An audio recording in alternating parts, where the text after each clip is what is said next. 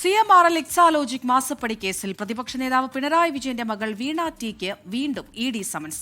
ബുധനാഴ്ച ഹാജരാകാനാണ് നിർദ്ദേശം.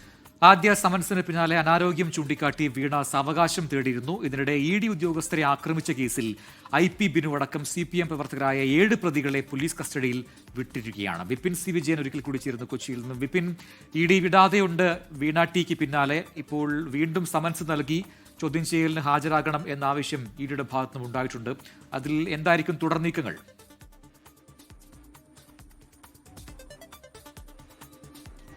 പ്രജിൻ, അനാരോഗ്യം ചൂണ്ടിക്കാണിച്ച് 2 ആഴ്ചത്തെ സമയമായിരുന്നു വീണ ടി EDക്ക് മുന്നിൽ ചോദിച്ചിരുന്നത്. പക്ഷേ 2 ആഴ്ച നൽകാൻ സാധിക്കുകയില്ല. അടുത്ത ബുധനാഴ്ച തന്നെ ഹാജരാകണം എന്നുള്ളതാണ്. വെറും 5 ദിവസത്തെ മാത്രം ഒരു ഇടവേളയ്ക്ക് ശേഷം സമൻസ് അയച്ചിരിക്കുകയാണ്. ബുധനാഴ്ച തന്നെ ഹാജരാകണം എന്നുള്ള നിർദ്ദേശമാണ് ED ഇപ്പോൾ നൽകിയിരിക്കുന്നത്. അതായത് കൂടുതൽ ഗൗരവത്തോടു കൂടി തന്നെ ED ഇത് കാണുന്നു. നേരിട്ടുള്ള ചോദ്യം ചെയ്യൽ അത്യാവശ്യമാണ് എന്നുള്ള നിലയിലേക്ക് മാറുകയും ചെയ്തിരിക്കുന്നു. ഈ അനാരോഗ്യ പ്രശ്നങ്ങൾ ചൂണ്ടിക്കാണിച്ചതോടൊപ്പം തന്നെ തന്റെ വക്കീൽ രേഖകളെല്ലാം തന്നെ ED ഓഫീസിൽ ഹാജരാക്കും എന്നുള്ളത് കൂടി പറഞ്ഞിരുന്നു. പക്ഷേ അതുമാത്രം പോരാ, നേരിട്ട് എത്രയും വേഗം ഹാജരാക്കണം എന്നുള്ള നിർദ്ദേശത്തോടു കൂടിയാണ് ബുധനാഴ്ചയ്ക്ക് വേണ്ടി ഇപ്പോൾ സമൻസ് അയച്ചിരിക്കുന്നത്. അന്ന് വീണ ടി ഹാജരാകുമോ എന്നുള്ളത് കൂടിയാണ് ഇനി ശ്രദ്ധേയം. അല്ലെങ്കിൽ മറ്റെന്തെങ്കിലും കാരണങ്ങൾ കൊണ്ട് ഒരു ഒഴിവുണ്ടാകുമോ എന്നുള്ളത് കൂടിയാണ് ശ്രദ്ധേയമായിട്ടുള്ള കാര്യം. ഒപ്പം തന്നെ ഇനി വരുന്ന ദിവസങ്ങളിൽ തന്നെ CMRLന്റെ MD ശശിധരൻ കർത്ത, അദ്ദേഹത്തിന്റെ മകൻ ശരൺ എസ് കർത്ത തുടങ്ങി 8 പേർക്കും ED സമൻസ് അയച്ചിട്ടുണ്ട്. അവർ ഓരോരുത്തരായി ചോദ്യം ചെയ്യും. ഒരുപക്ഷെ ആദ്യം വീണയെ ചോദ്യം ചെയ്യുക, അതിനുശേഷം മറ്റുള്ളവരെ എന്നുള്ള നിലയിലേക്ക് മാറാനും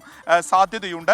ഇവരൊക്കെ എല്ലാവർക്കും തന്നെ ഇപ്പോൾ സമൻസ് അയച്ചിരിക്കുകയാണ്. 2,78,00,000 രൂപ CMRLൽ നിന്ന് എക്സാലോജിക് ഇല്ലാത്ത സേവനത്തിന് വാങ്ങി എന്നുള്ളതായിരുന്നു SFIOയുടെ ഒരു കണ്ടെത്തലുണ്ടായിരുന്നത്. അതേ ചുറ്റിപ്പറ്റിയ അതിൽ തുടർന്നാണ് പിന്നീട് ED ഈ കേസ് അന്വേഷിക്കുന്നത്. സ്വാഭാവികമായിട്ടും ഈ ലഭിച്ച തുക എവിടെയാണ് ചെലവഴിച്ചിരിക്കുന്നത്, അങ്ങനെയാണെങ്കിൽ അത് ഒരു സ്വത്തിലാണെങ്കിൽ തന്നെ ആസ്തി കണ്ടുകെട്ടുക തുടങ്ങിയ നടപടികളിലേക്ക് പോകുക എന്നുള്ളതാണ് EDയുടെ ഒരു പ്രാഥമികമായിട്ടുള്ള നടപടികൾ ഉണ്ടാവുക. ആ കാര്യങ്ങളിൽ അല്ലെങ്കിൽ ഏത് രീതിയിലുള്ള സേവനമാണ് CMRL നൽകിയത് തുടങ്ങിയിട്ടുള്ള കാര്യങ്ങളിലാണ് ഇനി പ്രധാനമായും ഈ ചോദ്യം ചെയ്യലുണ്ടാകുക. അതിന്റെ ചോദ്യാവലി അടക്കം ED തയ്യാറാക്കി കഴിയുകയും ചെയ്തു.